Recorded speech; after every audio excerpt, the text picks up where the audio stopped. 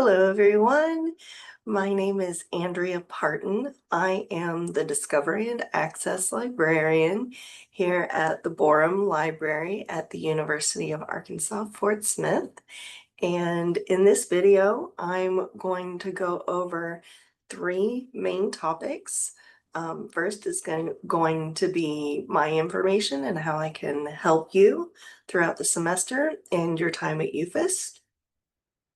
Number two, I'll go over navigating the library website and what we have available for you.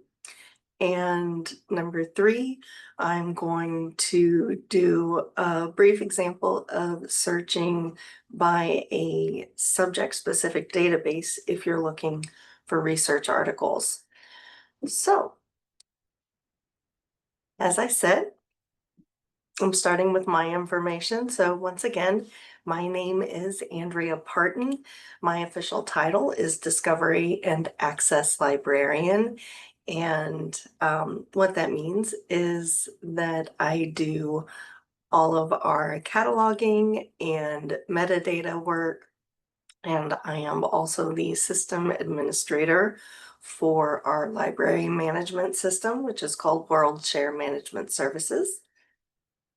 And the reason I'm sharing this video with you today is that I am the subject liaison for the departments of education, psychology, social work, sociology, and criminal justice. So, what does that mean? That means if you're majoring in any of those areas, I am here to help you with any questions you might have about the research process, using library resources, or really just anything. If it's something I don't know about, I can help you find the person who does know about it. But my main areas that I'll be able to help you with are looking at specific assignments. If you're struggling with an assignment in a course related to one of my disciplines, you can come to me and show me the assignment and what you're struggling with, and I'll do my best to walk you through it and help you break it down and decide next steps with it. I can help you review time management and prioritization strategies. So some basic college success type information. I can help you conduct field-related research, of course, so I can take a deeper dive into the subject-specific databases that I'm going to be showing you a brief preview of today. And I can also discuss subject resources and search strategies with you as we're looking through those databases and articles. And I can also help you use citation management tools for those references. So there are several ways that you can get an appointment with me, get some time with me, either face-to-face or remotely if you need to do it that way. You can scan this QR code, and that is actually going to take you to the library's appointment booking form. So that form, you can request an appointment with any librarian on campus. So it's not a link specific to me, but you can request an appointment with me through that link. Alternatively, you can reach out to my campus email. That's my first name and my last name. So andrea.parton@uafs.edu. You can just drop by my office in the Borum Library, room 139. Anytime I'm there, I usually keep my main office light off, but whenever I'm here, I turn on a little flashing wax warmer that has little lights on it that shows you that I'm here in my office, even though it's a little bit dark. And anytime I'm in here, you can knock on the door, come on in. If I have something that's coming up, I'll let you know that, I have a time constraint, but you can just pop in and say, hey, I need some help with research or databases or an assignment, or I just need to vent about some issue that I'm having with a class, anything. I'm here to support you. So you can also call my office phone. So my extension on campus is 7206. So whatever method is most comfortable for you, do not hesitate to reach out to me anytime you're struggling with anything on campus. I will do my best to help connect you with the resources that you need. That will lead us to the second part of my presentation. So I'm going to change what I'm sharing with you. And we are going to take a look at the library's webpage. So, I like to keep my homepage on campus set to my.uafs.edu because it has a lot of the most commonly used campus resources all in one central place for me to access. So I find it really convenient to just start there. I can click quickly to my email and from there go quickly to my calendar.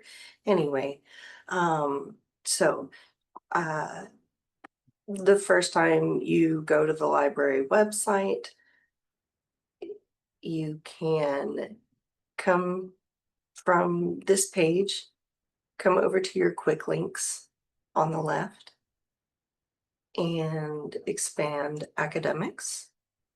They're in alphabetical order. So come down here to the Borum Library, click that, and that'll take you to the library's homepage. So there are a few main places to look here. We have some tabs along the top that are for different types of information that you might be looking for. So you might be looking for information about conducting research, about the services that the library offers, about our collections that we have, information about us as a library and the people that work here, our hours that we're open. We always have, when you come to the homepage, the hours for the day that you're logged in are going to show right here. So it says hours today are 7 a.m. to 10 p.m. But if you need to know the hours for a different day, you can click over here and that will show you a more extended version of our hours. I'll just click on that real quick to show you, and it'll show, the current week and then our normal operating hours. And when we're in summer or maybe winter break, then those hours will be listed there as well. So let's go back to the landing page. You can also access your library account here. So this is where you're going to turn off and on email notifications for your account. So when you're and this is also how you would be accessing an interlibrary loan request is through your library account. In the middle of the page, we have our main search box. So that's going to be, like it says right here, searching everything that you can access through the library. So If you're doing a general or basic search, just getting started with some general topic information, and you're looking for a variety of different types of resources, that might be a place to start. Usually when I'm conducting research, I try to start more specifically, whether I'm looking for a peer-reviewed article, or sometimes some assignments will require you to use print books and or an ebook also. So if you need to have a book as a resource, you can search just the books that we provide access to, and that's going to include both print books that are in the library building as well as ebooks that you can access in our databases. Over here on the right side of the screen is our chat with a librarian. So whenever there is a librarian logged in to our lib chat, you can anonymously, if you want, pose a question to a librarian and give your contact info so that we can get back to you and answer your question the best that we can. Back to the left side of the screen, we've got some quick links. So these are going to be some of the most useful resources and services that we have for you. So we've got our databases, which I'll be showing you in just a minute. You can reserve a study room. Those are very popular. You can submit an interlibrary loan request. If you're looking for a specific resource that we don't have access to, you can submit a request and we can try to borrow that from another library. Depending on the availability of the resource, you know, sometimes it takes a little bit longer to get. So if you're wanting a physical book, that can take a week or two to ship to us. But if you're requesting an article, some libraries will lend articles, and those we can get in a much quicker time frame, like a day or two sometimes. So just because we don't subscribe to something doesn't mean you can't use our site to get access to it. Course reserves. So if you're in a class and your instructor tells you that the library has a copy of the text on reserve, you can ask for that at the circulation desk, and you can also go to course reserves here to check the availability of those items.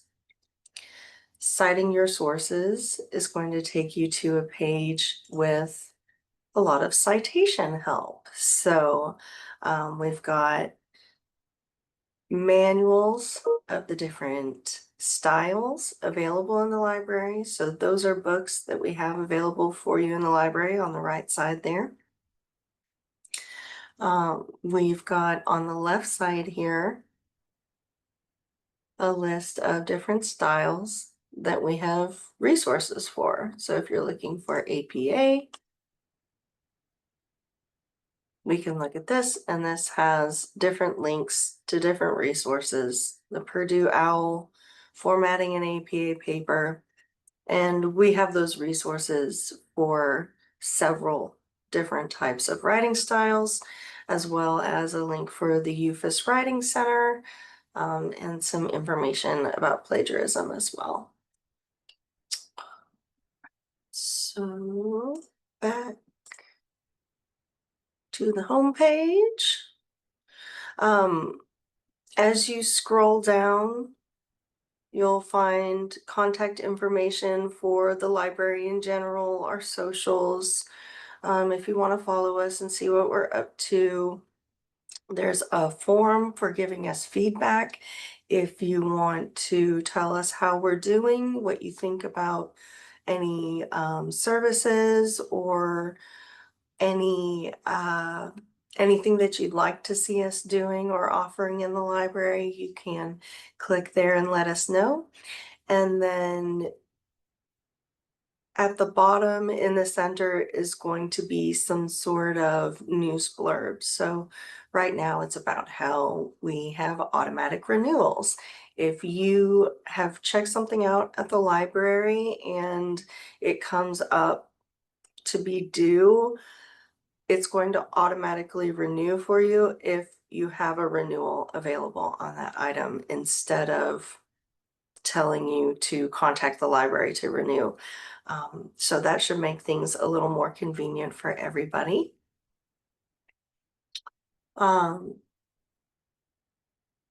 We have a link for the Pebley Center, our historical archive on campus. A link for you to schedule an appointment with a librarian. So that's the same link that I put in the QR code earlier. And then we also have a link to specific research guides, which will be helpful. Those are curated by librarians, and those are helpful resources in particular subject fields. That leads us to our final segment, which is searching in subject-specific databases. So you'll come over here to the left side of the library website and click Databases. And that will bring you to a full A to Z list of all of the databases that we offer access to on campus. So you'll see that's 97 databases. So if you know the name of a specific database you're looking for, you can click on the first letter in the title of the database along here. But if you're looking for databases related to a certain topic, you can come up here to this drop-down bar and filter by, let's see,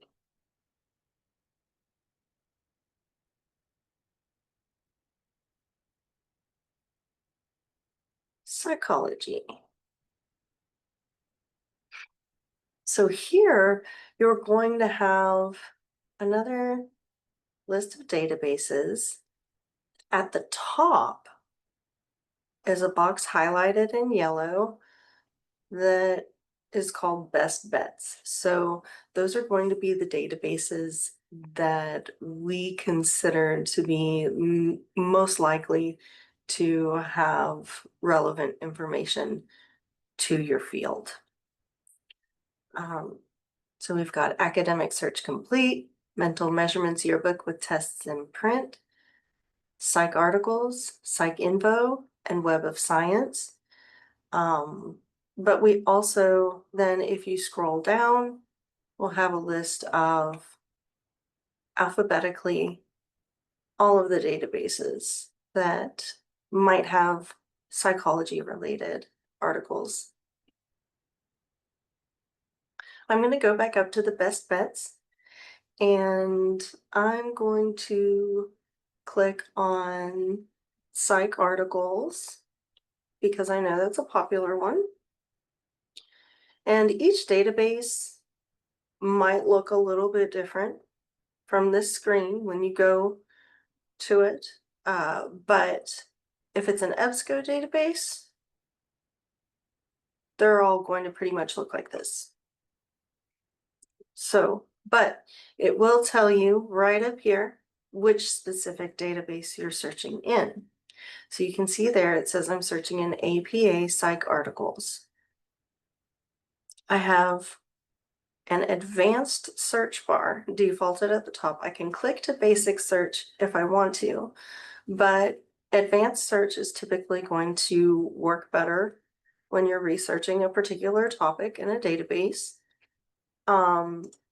Instead of typing in your full research question, you'll want to extract your keywords. So just the main subjects that you want to search for, that's what you want to type into your search bar in the database.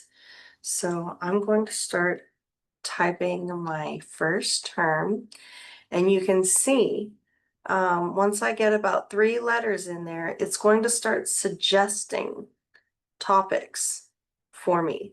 These are topics which already exist in this database, and there should be articles on these topics if I do a search for them.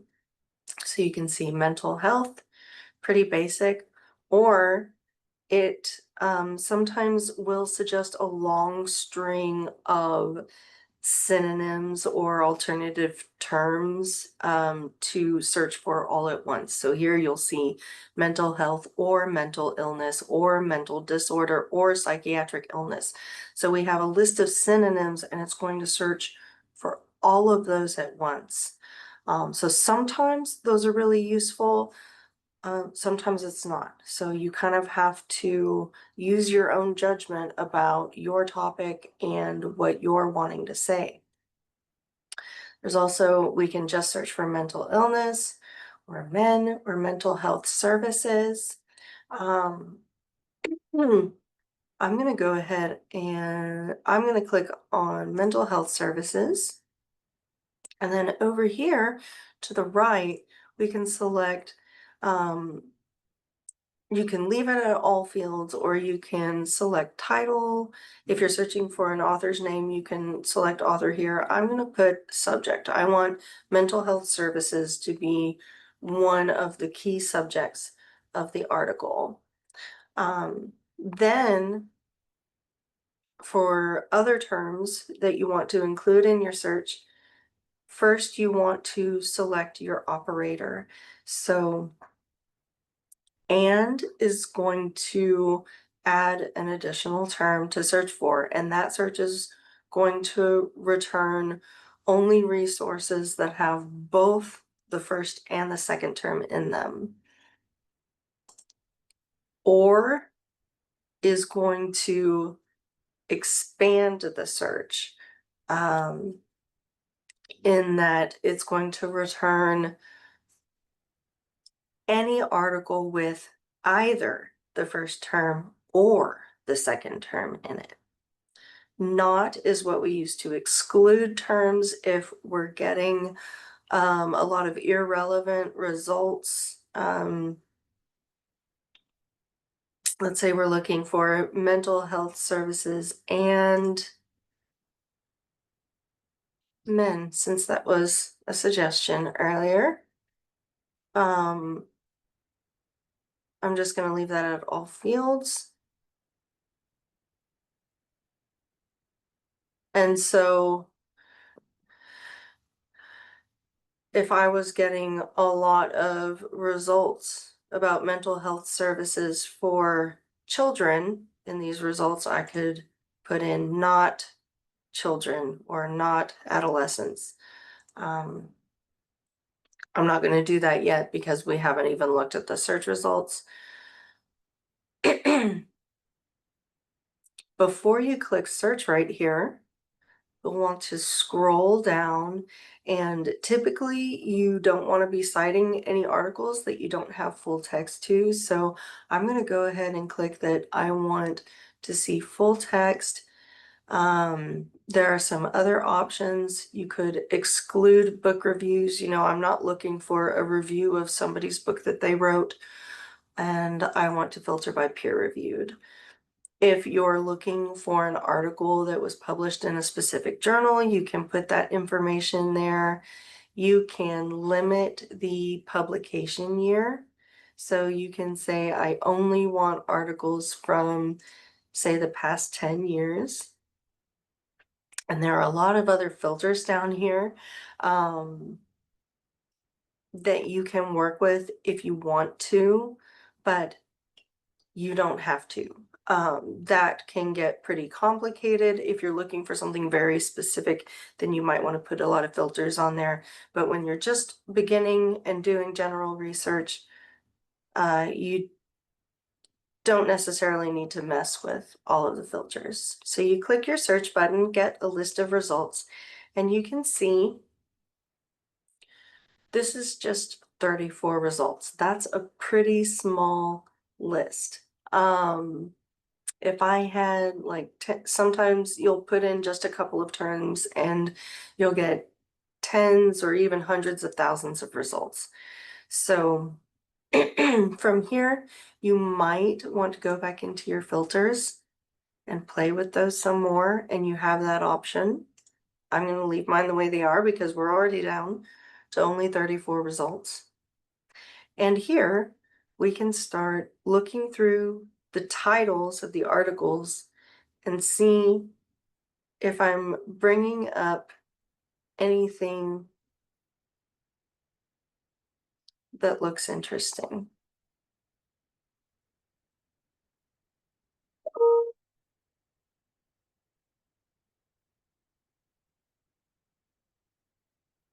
And that can also help you think of other search terms that you might want to search for.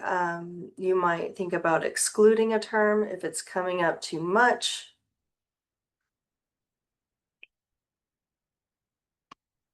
So when you find a title of an article that looks like it might be helpful, you can go to Access Options and go directly to the full article, or you can click on the title and scroll down far enough to get to the abstract. Most abstracts are only going to be a paragraph or two, and they're going to be a brief summary of pretty much everything in the article. They're not going to try to avoid spoiling anything for you. They're typically going to tell you what the author's conclusions are. So you can get a pretty good idea for what's going to be in an article from the abstract, and that will let you know if you want to look further into the article and see if it's useful for your specific research. As you're doing this, up here, you have your access options, but you also have some options over here, and this one with the little quotation marks, cite. If we click that, we'll get a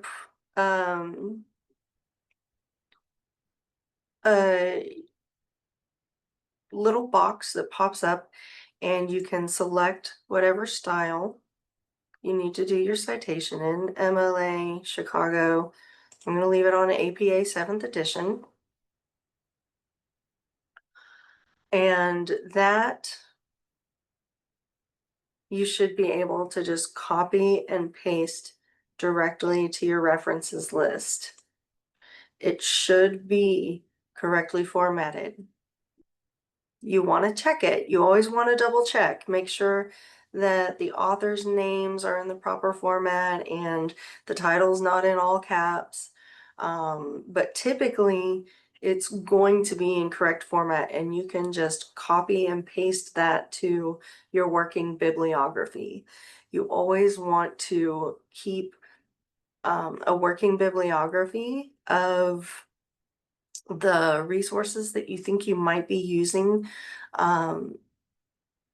just in case you want to go back to it and check it again later.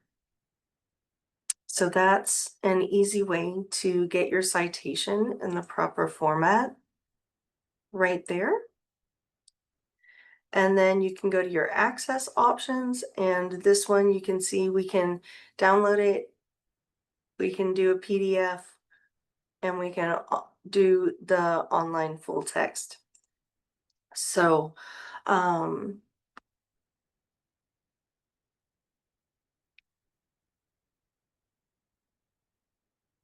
that should be everything you need to get you started searching in the databases. Um, of course, if you have any questions, please reach out to me. I'm going to share my contact information again, except I closed it. I'm going to, here we go.